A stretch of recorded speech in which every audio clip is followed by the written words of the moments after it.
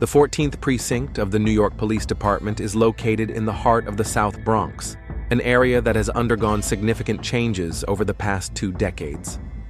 The gray 4-story building at the intersection of 161st Street and Melrose Avenue has witnessed both the decline and the revival of one of the city's most troubled neighborhoods.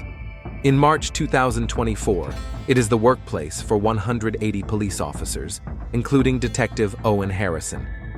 Owen Harrison enters the station every morning at exactly 7:45 a.m. During his 15 years with the NYPD, he has developed rituals that help him cope with the unpredictability of police work. A tall, broad-shouldered man of 38, Harrison wears his uniform with the same pride as his father, who served in the department for 30 years, and his grandfather, who served back when police officers patrolled their assigned neighborhoods on foot. Harrison is what we call an old-school cop, says Sergeant Tom Riley, watching Owen check the night shift reports at the large metal table in the center of the duty room. He knows every street in our district, remembers the names of repeat offenders and their children. People like him are the backbone of the department. Riley has been in charge of the morning shift for 20 years. A stocky man with a graying mustache, he represents a generation of police officers who remember New York as a very different place, tougher, less tolerant, where certain things were simply not discussed. His office is decorated with photos from award ceremonies, group shots with colleagues, and thank you letters from neighborhood residents. Owen's family life seems as orderly as his workday. The house in Queens, which he bought 8 years ago, is a 2-story brick building with a small front yard. His wife, Linda, works as a social worker in the school system and is actively involved in the local community.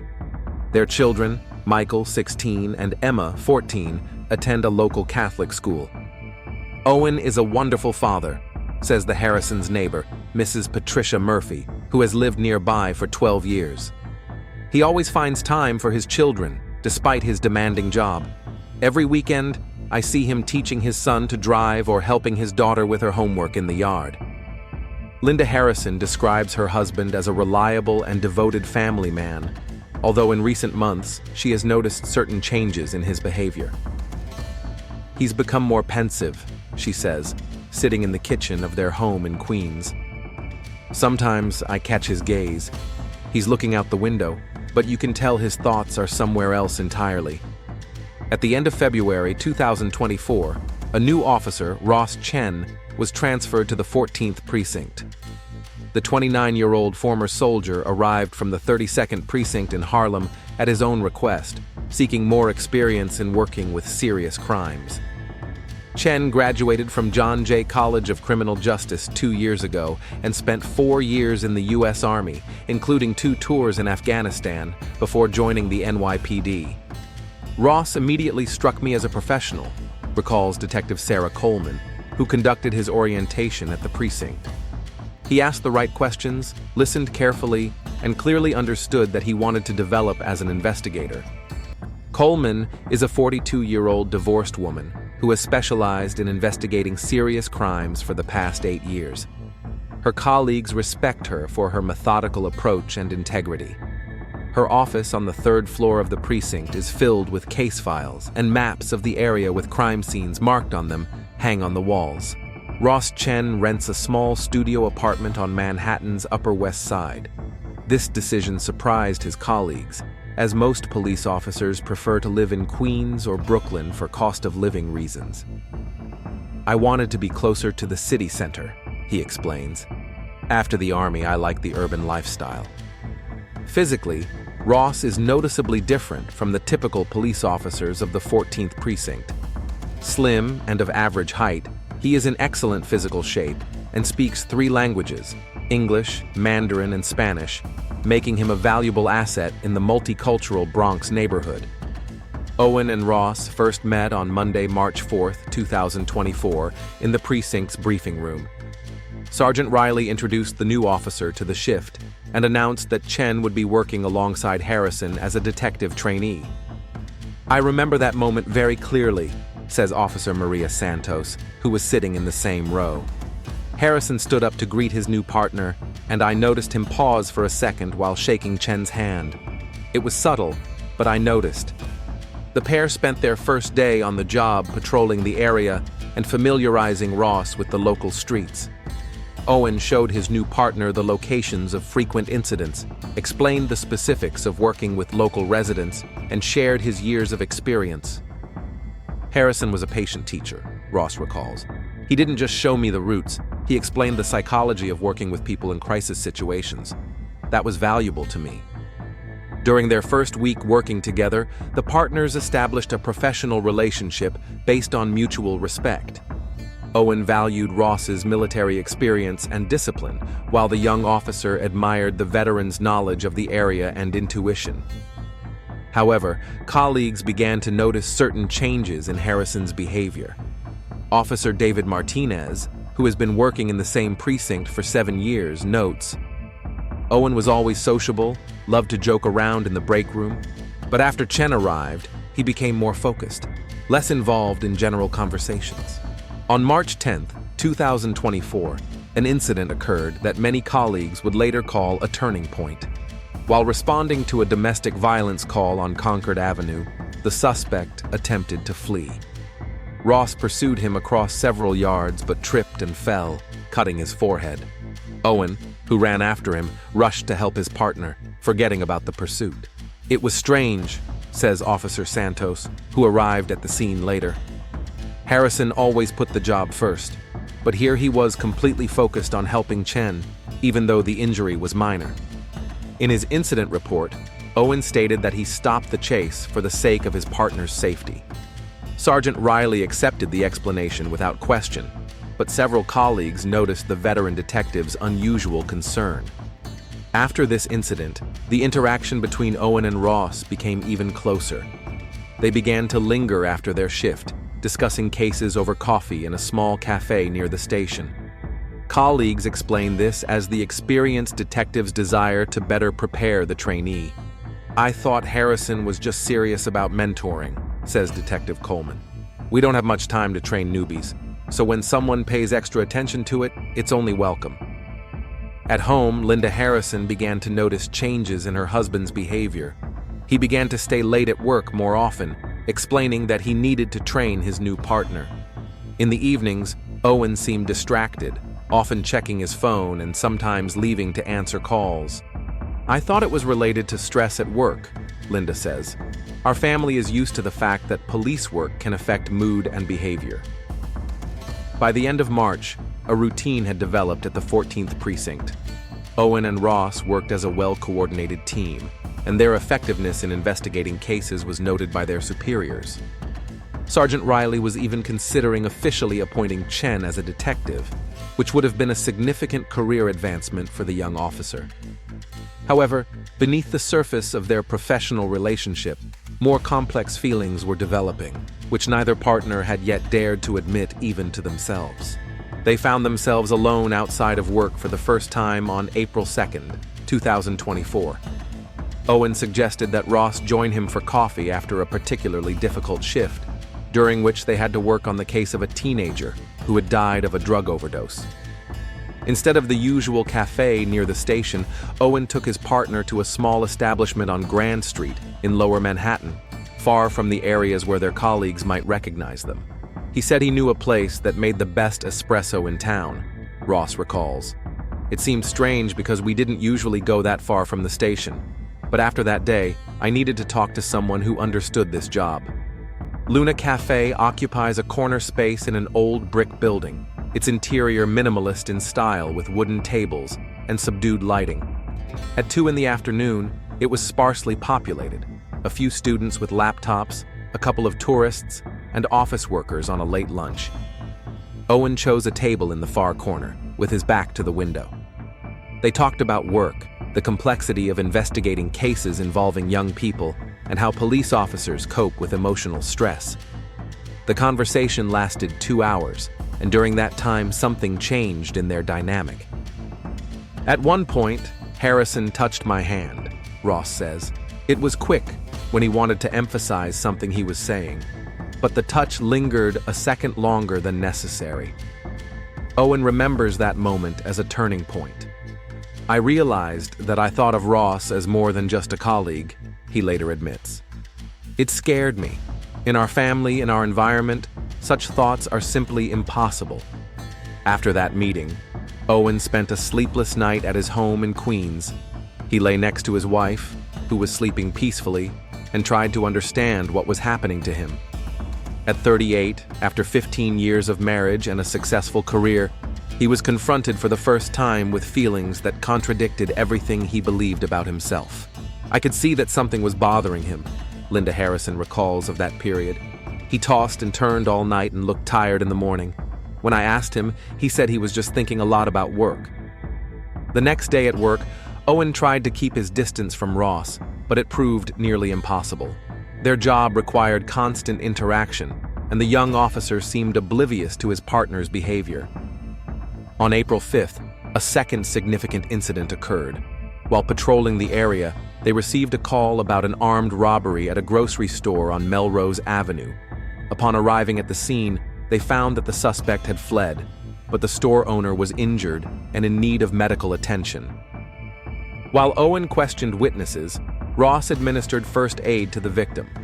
The detective watched as the young officer worked professionally and compassionately with the injured man, calming him until the ambulance arrived. At that moment, I realized that my feelings for Ross went beyond simple respect for a colleague, Owen admits. I admired not only his professionalism, but also his compassion, his ability to remain human in difficult situations. After this incident, Owen began looking for opportunities to spend time with Ross outside the station. He suggested having lunch together in areas where they were not known, staying after their shift under the pretext of discussing cases, and inviting him for coffee in remote parts of the city.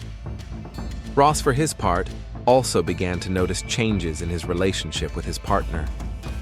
I felt a special bond developing between us, he says. Owen wasn't just a mentor, he became someone I could talk to about anything. On April 15th, they met in Bryant Park after work. Owen told his wife he was staying late for overtime, and Ross canceled plans with friends. They sat on a bench, watching people and talking about life, plans for the future, and what it means to be a police officer in modern New York City. At some point, the conversation died down, Ross recalls. We just sat there, and I felt a tension between us. It was a good tension, but it was scary at the same time. Owen describes that moment as critical. I wanted to say something, but I didn't know what. All my beliefs, my whole life, contradicted what I was feeling. Their relationship began to develop slowly and cautiously. Their meetings in cafes became regular, always in different parts of Manhattan, far from the Bronx and their colleagues. Owen studied the city map, finding secluded places where they could talk without the risk of being recognized. On April 22nd, they touched on the subject of personal relationships directly for the first time. Sitting in a small restaurant in Chinatown, Ross asked Owen about his marriage. He said Linda seemed like a wonderful woman, Owen recalls. But then he added, "But you look unhappy." It was the first time anyone had noticed what I myself had struggled to acknowledge. Owen told Ross how he got married at 23, following the expectations of his family and society, how he built a career, bought a house, raised children, following a script that seemed like the only right one. I never asked myself if I was happy, Owen admitted. I just did what I was supposed to do. Ross, in turn, talked about his relationships in the military, how serving in a conservative environment taught him to hide certain aspects of his personality. I thought that in civilian life, in a big city, it would be easier to be myself, he said. But the police turned out to be no less conservative an environment than the army. By the end of April, their meetings had become daily. After work, they explored New York like tourists in their own city. Owen showed Ross the places he loved in his youth, before marriage and children. They walked in Central Park, sat by the water in Brooklyn Bridge Park, and dined at small ethnic restaurants in Queens. Those weeks were both the happiest and most painful of my life, Owen says. I felt alive for the first time in years, but I knew I was heading for disaster. At home, Owen's behavior became increasingly suspicious. Linda noticed that her husband was showering more often after coming home from work, changing his shirts, and checking his appearance in the mirror. He started buying new clothes, Linda says. It was strange because Owen had never been interested in fashion. Suddenly he was paying attention to how he looked. On May 3rd, an incident occurred that could have revealed everything. Linda decided to surprise Owen and came to the station to invite him to lunch. She arrived just as Owen and Ross were leaving the building, apparently heading somewhere together. They were standing very close together, Linda recalls. And when Owen saw me, the look on his face was guilty, as if I had caught him doing something. Owen quickly explained that they were going on official business and introduced Ross to his wife. The young officer was polite, but Linda noticed a certain tension in him. After that, I started to think more about what was going on, says Linda. It seemed to me that there was some kind of connection between them that I couldn't quite figure out. That evening, Linda tried to talk to her husband about his new partner. Owen responded evasively, emphasizing the professional aspects of their relationship. But Linda felt that he was hiding something. I thought maybe he was having problems with his new colleague, she says, or that Ross was somehow threatening his position in the precinct. I couldn't imagine the truth. By mid-May, the relationship between Owen and Ross had reached a new level of intimacy, although they had not yet crossed certain boundaries. They spent all their free time together, sharing their most intimate thoughts and feelings, but their physical intimacy was limited to casual touches and long looks.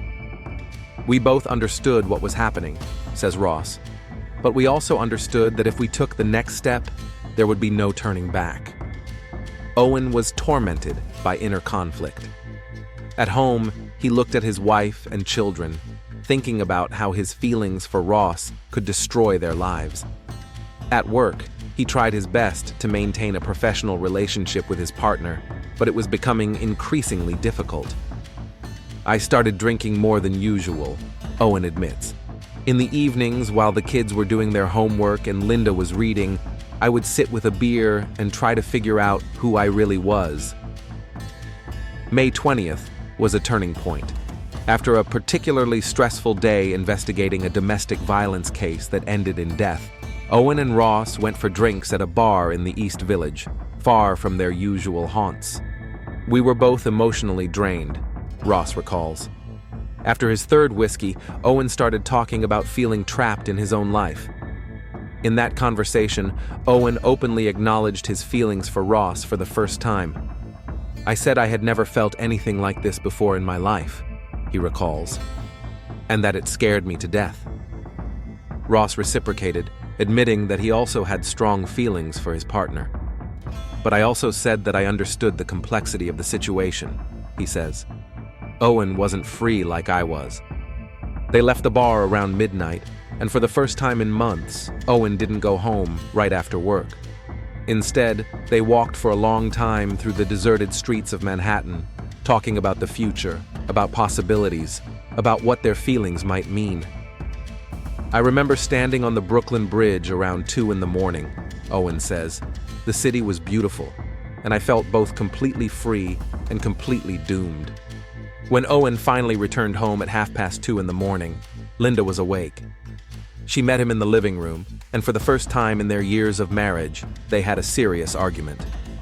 I demanded an explanation, says Linda. He talked about working overtime, but he smelled of alcohol, and there was something in his eyes that I had never seen before. Owen lied to his wife, making up a story about an urgent investigation, but Linda no longer believed his explanations. She began to suspect an affair, but couldn't imagine that her husband's object of interest was a male colleague. After that night, the dynamics in the Harrison family changed. Linda became more attentive to her husband's behavior, noticing details she had previously ignored. The children also sensed the tension between their parents. Dad became kind of distant, their son Michael would later say. He was physically with us, but his thoughts were somewhere else. On May 27, 2024, Officer David Martinez finished his shift at the 14th Precinct an hour early due to a canceled court hearing and decided to stop by the gym in Midtown before heading home to the Bronx. Driving down 8th Avenue around 6 p.m., he stopped at a red light next to a small Italian restaurant called Marco's and happened to glance in the window.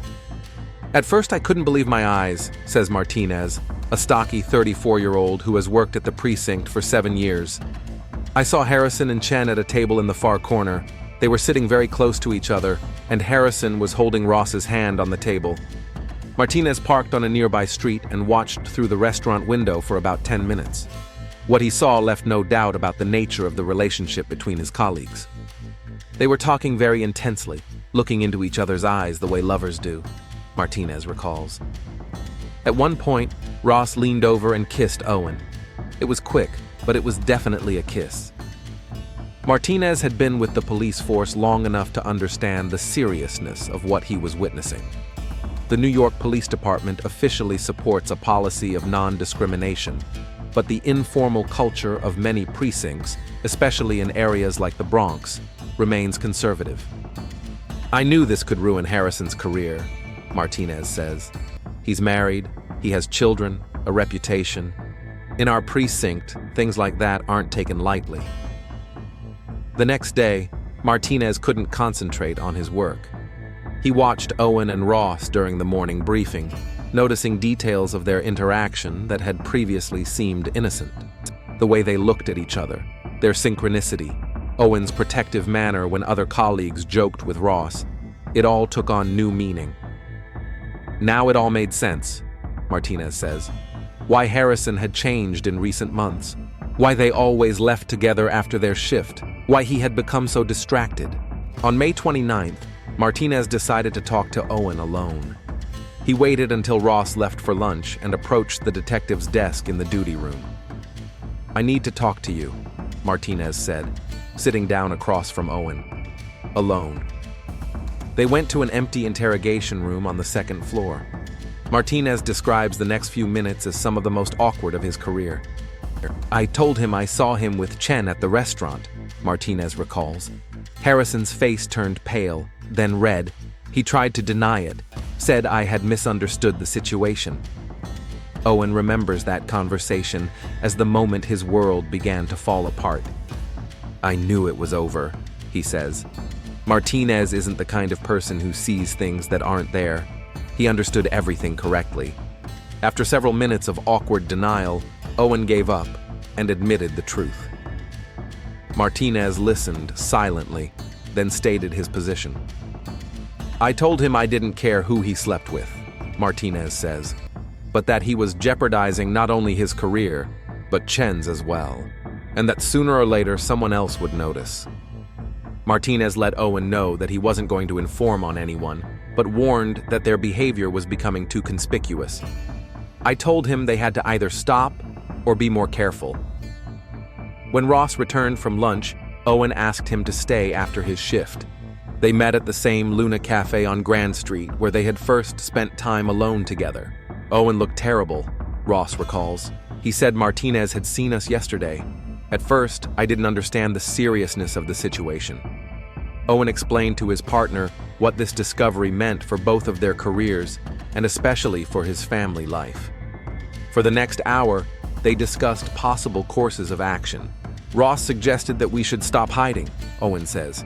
"He said that the department officially supports equality and that we have a right to a relationship." For Ross, who had gone through a period of self-acceptance in the military, the idea of an open relationship seemed like a natural next step. "I'm tired of hiding," he told Owen. "We're not doing anything wrong." Owen saw the situation very differently. He didn't understand what was at stake, Owen says. He has no family, no children, no reputation to lose. He can start a new life anywhere. Their conversation continued late into the night and became increasingly tense. Ross insisted that they should be honest with their colleagues and superiors, while Owen argued that this would mean the end of his career and his family. At one point, Ross said that if I wasn't willing to fight for our relationship, maybe it didn't mean that much to me, Owen recalls. It was unfair, but it hurt. The next day at the station, the atmosphere between the partners was tense. Colleagues noticed that they hardly spoke to each other except on work matters. Something had definitely changed, says Officer Maria Santos. They usually worked as a team, but suddenly they were keeping their distance from each other. On May 31st, the situation became even more complicated when Sergeant Riley called Owen into his office for their monthly performance review. Riley asked if everything was okay with Chen, Owen says. He said he had noticed a change in our dynamic and wanted to make sure there were no problems with the partnership. Owen assured his boss that there were no problems, but Riley continued to ask questions about his professional relationship with Ross and whether the young officer was ready for promotion to detective. I realized that Riley suspected something, Owen says. Maybe not the truth, but something was wrong. That evening, Owen came home in a state of near panic. Linda immediately noticed his nervousness. He was pale and agitated, Linda says. When I asked what was wrong, he said there were problems at work, but he didn't want to go into details. On June 2nd, an incident occurred that could have led to complete exposure. Owen and Ross were patrolling the area when they received a call about a fight at a bar on 3rd Avenue. On the way to the scene, they got into an argument about their situation. Ross started talking again about how we should come out, Owen recalls. I told him he didn't understand the consequences. The conversation became very emotional. When they arrived at the bar, Owen was so upset that he misjudged the situation with the brawlers. Ross had to take control of the situation, which was noticed by other officers who arrived to assist. Harrison was clearly not himself, says Officer Santos, who was one of the backups. He's usually the first to take control of the situation, but here Chen had to lead the operation. After this incident, Owen realized that their relationship was beginning to affect their professional activities, which could lead to even more attention from their superiors. On June 5th, Martinez approached Owen again. I told him that the situation was getting out of control, Martinez says. People are starting to notice something strange about their behavior. Martinez warned Owen that other colleagues were beginning to ask questions about the changes in his behavior and his relationship with Ross. I told him I couldn't guarantee that someone else wouldn't notice what I had noticed. That night, Owen met Ross in Central Park. It was their first face-to-face meeting in several days, and the tension between them had reached a critical point. Owen was panicking, Ross says. He was talking about losing control of the situation, about everything falling apart. Ross tried to calm his partner down by suggesting they temporarily reduce their meetings to a minimum until the situation calmed down. But Owen saw this as only delaying the inevitable. I told him that Martinez could tell the others at any moment, Owen says, that Riley already suspected something, that my wife was becoming increasingly suspicious. Ross proposed a radical solution. They should go to Sergeant Riley together and be honest about their relationship. I thought honesty was the best policy, Ross says, that if we were open, we could deal with the consequences. Owen flatly rejected the idea. I told him he was crazy, Owen recalls, that it would mean the end of everything, my career, my family, my reputation. Their conversation escalated into a serious argument. Ross accused Owen of being cowardly and selfish, and Owen responded that Ross didn't understand the reality of their situation. In the end, Ross said that if I wasn't willing to fight for us, then maybe he should act on his own, Owen says. He hinted that he might talk to Riley himself. This threat terrified Owen. The thought that Ross could destroy his life with a single conversation with his boss became unbearable to him. At that moment, I realized that Ross was no longer my ally, Owen says, that he had become a threat to everything that was important to me. They parted ways that night in anger, without agreeing on a course of action. Owen returned home in a state of extreme stress, realizing that the situation had reached a point where any outcome would lead to disaster. I lay in bed next to my wife and realized that my life was falling apart, Owen says, and that Ross, the man I loved, could be the cause of that destruction. On June 8, 2024, at around 11:30 p.m., A gunshot rang out in an abandoned industrial area in the Hunts Point neighborhood of the Bronx. The only witness to the moment was Detective Owen Harrison, who called emergency services 20 minutes later to report an attack on his partner, Officer Ross Chen. The dispatcher received the call at 11:52 p.m., says Emergency Response Captain Michael Torres. The caller identified himself as Detective Harrison from the 14th Precinct. He reported that his partner had been shot during an attempted robbery. The scene was located in an abandoned parking lot next to an old warehouse complex on Hunters Point Avenue. The area is known for high crime and is virtually unpatrolled at night. The nearest residential buildings are 3 blocks away. First responders arrived on the scene at 11:58 p.m. They found Owen standing next to Ross's body, which was lying face down near their patrol car. The young officer had been shot once in the back of the head at close range. Harrison was in shock, recalls paramedic Linda Rodriguez, who was one of the first to arrive. He kept saying they should have been more careful, that it was his fault. Officer William Santos, the first cop on the scene, describes the scene as typical of a robbery gone wrong. Harrison said 2 men attacked them as they got out of the car, that he tried to protect his partner, but didn't make it. According to Owen, that evening they were patrolling the area after receiving an anonymous call about suspicious activity at a warehouse. When they parked to check the area, they were attacked by 2 unknown individuals. In the ensuing struggle, one of the attackers shot Ross, after which both fled. Harrison showed abrasions on his hands and torn uniform, Santos said. It looked like he had really been in a fight with someone. Detective Sarah Coleman arrived at the scene at 12:35 a.m. on June 9th. As the lead investigator on serious crimes, she immediately took control of the case. The first thing that struck me was the location, Coleman says. Hunts Point is not on Harrison and Chen's usual patrol route. I needed to understand what brought them there. Coleman began questioning Owen right at the scene. The detective appeared shaken and repeated the same details about the attack several times. He was very specific in his description of events, Coleman notes. Too specific for someone who had just been through a traumatic experience. According to Owen's testimony, the anonymous call came in around 11:15 p.m. The caller reported suspicious individuals, possibly involved in drug dealing, near an old warehouse complex. Owen and Ross decided to check out the information, even though it was not part of their immediate duties.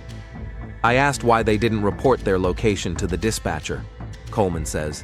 Harrison said they wanted to assess the situation first. Forensic technicians worked at the scene until 4 a.m. They found one 9mm bullet casing 10 feet from the body, boot prints of several sizes, and signs of a struggle near the police car. The physical evidence matched Harrison's story, says technician Robert Kim. But some details seemed strange. Kim noted that the blood trail from Ross's wound was unusually limited for a close-range headshot. The location of the shell casing relative to the body also raised questions. Normally, in a shooting under these circumstances, we would expect to see a different pattern of evidence, Kim explains, but it was impossible to say anything for certain. On the morning of June 9th, the news of Officer Chen's death shook the 14th Precinct. Sergeant Riley called an emergency meeting of the entire shift. Everyone was in shock, says Officer Maria Santos. Ross was popular among his colleagues. Everyone loved him. Owen attended the meeting, looking exhausted and depressed. He accepted condolences from his colleagues and several times was unable to hold back tears as he recounted the last moments of his partner's life. Harrison was heartbroken, Sergeant Riley says. He blamed himself for not being able to protect Chen. It was painful to watch. Officer Martinez, who knew about the partners' secret relationship, was particularly shocked by the news. I didn't know what to do with the information I had, he says. It could have been important to the investigation, but I wasn't sure. Detective Coleman conducted a second, more detailed interview with Owen on June 10th at the station. She asked him to recount the events of the evening minute by minute. During the second interview, I noticed several inconsistencies, Coleman says, details that didn't match his initial statement. Owen said that the anonymous call came to his personal number, not through the dispatch service. He also changed the time he received the call from 11:15 to 11:00. When Coleman pointed out these discrepancies, Owen explained them away as stress and fatigue. "I asked him to show me the incoming calls on his phone," Coleman says. Harrison said he accidentally deleted the call information. More serious questions arose when Coleman checked Owen and Ross's patrol route that evening. According to GPS data from their patrol car, they were in the Hunts Point area at around 10:30 p.m., half an hour before the alleged anonymous call. "That was a red flag," Coleman says. "Why would they be there so long before receiving the call?" When Coleman presented this information to Owen on June 12th, the detective changed his story. He said they were patrolling the area preventively and received the call while already in the vicinity. Each interview brought new versions of events, Coleman notes. This is not typical of truthful witnesses. Coleman also asked Ross's colleagues to describe his behavior in recent days. She learned that the young officer seemed tense and mentioned several times that he had an important decision to make. Chen told Officer Santos that he was going to talk to his superiors about a personal matter, Coleman says, but he didn't specify what it was. On June 15th, Coleman received the results of the ballistics test. The bullet that killed Ross was fired from a standard NYPD service weapon, a Glock 19. However, the examination of gunpowder residue on Owen's hands yielded unexpected results. Gunpowder residue was found on Harrison's hands, says ballistics expert Jennifer Walsh. But the distribution of the residue did not match his story about fighting off the attackers. Walsh explained that the gunpowder residue on Owen's hands indicated that he had fired a gun several hours before the incident, but not necessarily at the time of the murder. Harrison said they had been to the shooting range that afternoon, Coleman said. That explained the presence of gunpowder residue, but not its specific distribution. By the end of the second week of the investigation, Coleman began to suspect that the official version of events was not true. Owen's behavior, inconsistencies in his testimony, and some physical evidence pointed to the possibility that the murder was not the result of a robbery. "I didn't want to suspect a colleague of murdering his partner," Coleman says. But the facts spoke for themselves. On June 20th, Coleman met with Sergeant Riley to discuss the progress of the investigation. She shared her doubts about Owen's testimony without making any direct accusations. Riley was initially reluctant to believe that Harrison could be involved, Coleman says. He had known Owen for 20 years and considered him one of the best detectives on the force. However, Riley agreed to support Coleman's further investigation, including a more detailed examination of Owen's alibi and possible motives for the crime. "We had to rule out all possibilities," Riley says, "even the most unpleasant ones." That same day, Coleman received information from Officer Martinez, who finally decided to report that he had seen Owen and Ross at the restaurant. This information radically changed the direction of the investigation. "Martinez told me that he had observed an intimate relationship between Harrison and Chen," Coleman says.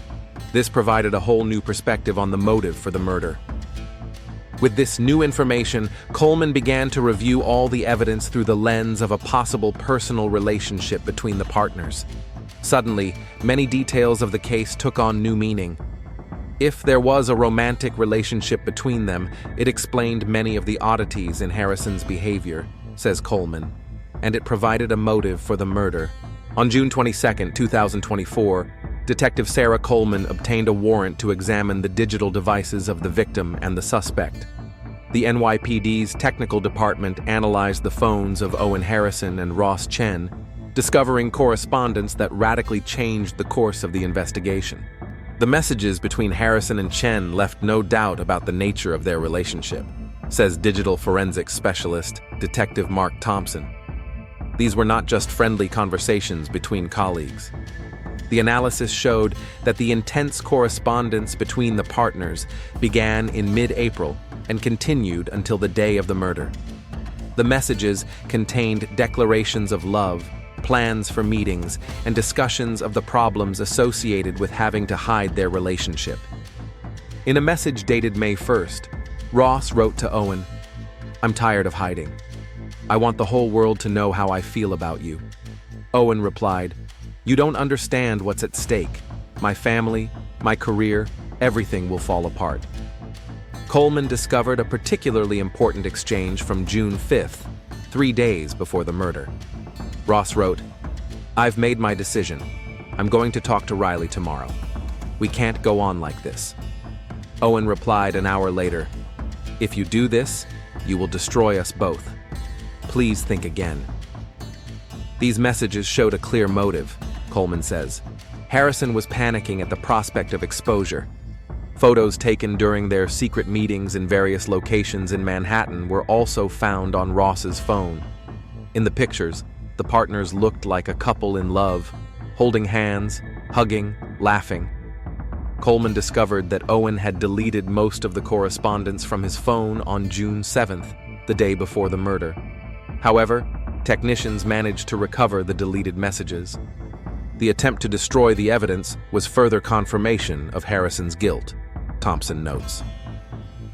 On June 25th, Coleman summoned Owen for a third official interrogation.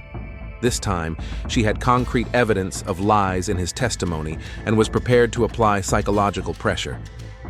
"I started by showing him the photos from his phone," Coleman says. "The look on his face said it all." Owen initially tried to explain the photos as friendly snapshots, but when Coleman showed him the recovered messages, his defense began to crumble. "He realized we knew the truth about their relationship," Coleman says, "but he still denied involvement in the murder." Coleman methodically dismantled Owen's alibi, showing him GPS data that contradicted his account of when he arrived at the scene. She also presented the results of a phone call analysis that showed there were no anonymous calls to Owen's number that evening. "Every fact I presented destroyed part of his story," Coleman says. He started sweating and getting nervous. The turning point came when Coleman showed Owen surveillance footage from a gas station near the murder scene. The footage showed their company car driving by at 10:15 p.m., more than an hour before the time Owen had stated in his testimony. When he saw the video, his face turned pale, Coleman recalls. He realized his lie had been completely exposed. Coleman gave Owen time to think about the situation, then asked him a direct question. "Owen, did you kill Ross?" He was silent for about a minute, Coleman says. Then he started crying. Owen Harrison's confession lasted 3 hours. He talked about the development of his relationship with Ross, his fear of exposure, and the panic he felt when he realized that the young officer was ready to reveal everything to his superiors. "We met at that place to talk one last time," Owen said in his confession. "I begged him not to ruin my life, but he said he was tired of lying and hiding." Owen described how their conversation escalated into an argument. Ross reiterated his intention to come clean to Sergeant Riley the next day. "He said he was doing it for both of us," Owen recounted. "But I saw it as the end of everything." "At some point, Ross turned to leave," Owen continued, "and I pulled out my gun. I didn't plan it. It was impulsive." Owen confessed that he shot Ross in the back of the head at close range as he turned away. "I knew immediately that I had made a terrible mistake," he said, "but it was too late." After the murder, Owen spent about 20 minutes staging a robbery. He tore his uniform, inflicted abrasions on himself, scattered Ross's personal belongings, and called emergency services. "I thought I could pass myself off as a victim of circumstance," Owen admitted, "that no one would find out the truth about our relationship." On June 26, 2024, Detective Owen Harrison was arrested on charges of first-degree murder. The news of the arrest shocked not only the 14th Precinct, but the entire New York Police Department. "No one could believe Harrison was capable of such a thing," Sergeant Riley said. "I'd known him for 20 years. It was like a stab in the back." The arrest took place at the precinct in front of Owen's colleagues. The detective did not resist when Coleman handcuffed him. "He looked broken," Officer Santos said, as if the full weight of what he had done had finally hit him. News of the arrest and the motive for the murder quickly spread throughout the precinct. Many colleagues were shocked to learn of the secret relationship between the partners. "I would never have thought Harrison was gay," says Officer Martinez. "He seemed like a typical family man." The reaction of his colleagues was mixed. Some expressed sympathy for the difficult situation Owen found himself in, while others condemned the murder as an unforgivable betrayal. "Regardless of his personal problems, he killed his partner," Detective Coleman says. "That is unjustifiable under any circumstances." The Harrison family learned of the arrest from the news. Linda Harrison was at school when a colleague showed her the online report. "At first I thought it was a mistake," says Linda. "Then I began to realize that all the strange behavior Owen had exhibited in recent months finally made sense." Linda picked up the children from school and took them to her mother's house in Long Island. "I didn't know how to explain to them that their father was not only a murderer, but that our entire family life had been a lie," she says. Owen's children, 16-year-old Michael and 14-year-old Emma, had a hard time understanding what was happening.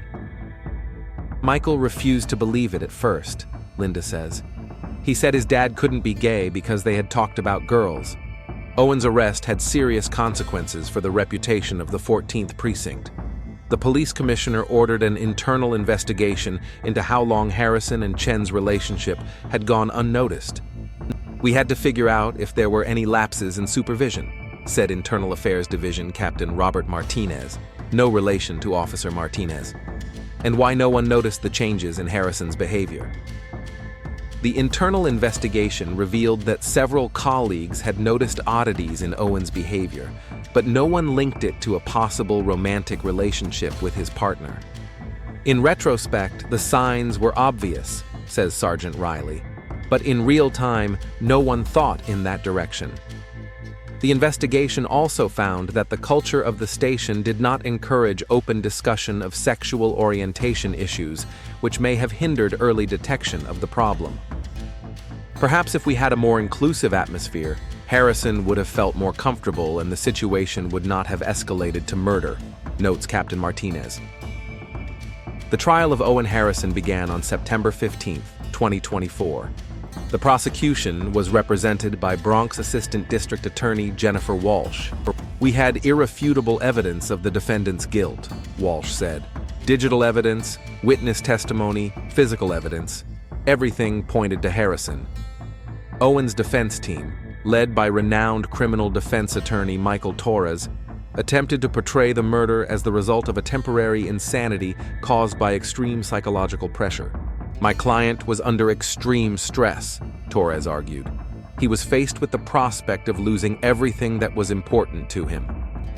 The trial attracted significant media attention as the first case in NYPD history of a police officer murdering a colleague over a hidden homosexual relationship. The case highlighted the challenges faced by LGBT+ officers in a conservative police culture, writes New York Times reporter Sarah Martinez. Linda Harrison's testimony was one of the most emotional moments of the trial.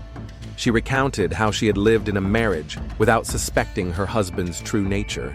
"I feel betrayed not only as a wife but as a human being," Linda said on the witness stand. "He lied to me throughout our entire life together." Owen's colleagues also testified. Officer Martinez recounted seeing the partners at a restaurant and his attempts to warn Harrison about the danger of exposure.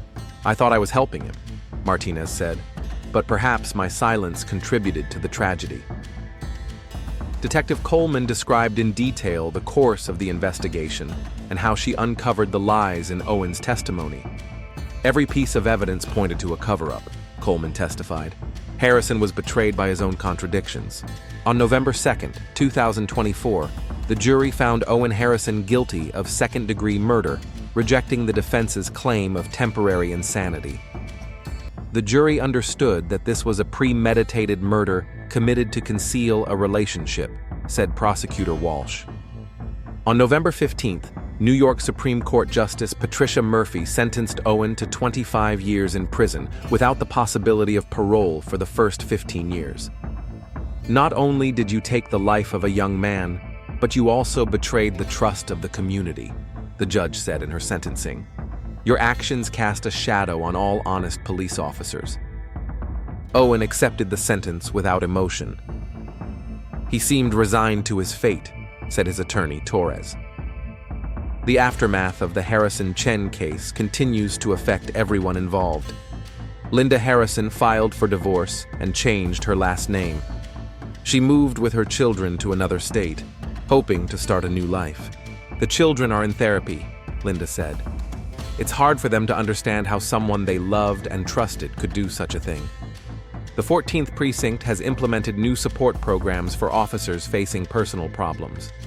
Sergeant Riley retired early, unable to cope with the guilt of not noticing his subordinates' problems. I should have been more attentive, Riley says. Perhaps this tragedy could have been prevented. The NYPD has revised its policies regarding officer relationships and created a more inclusive environment for LGBT+ employees. The Harrison case demonstrated the need for change in police culture, the police commissioner says. No one should feel like they have to kill themselves to hide their identity. Ross Chen's family filed a civil lawsuit against the city, claiming that the department failed to provide a safe working environment for their son. Ross shouldn't have had to die for wanting to live honestly, says the victim's father, David Chen. The system failed him.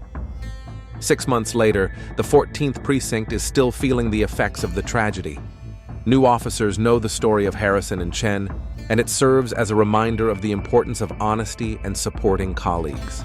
We lost 2 good officers, says new precinct commander Captain Maria Santos.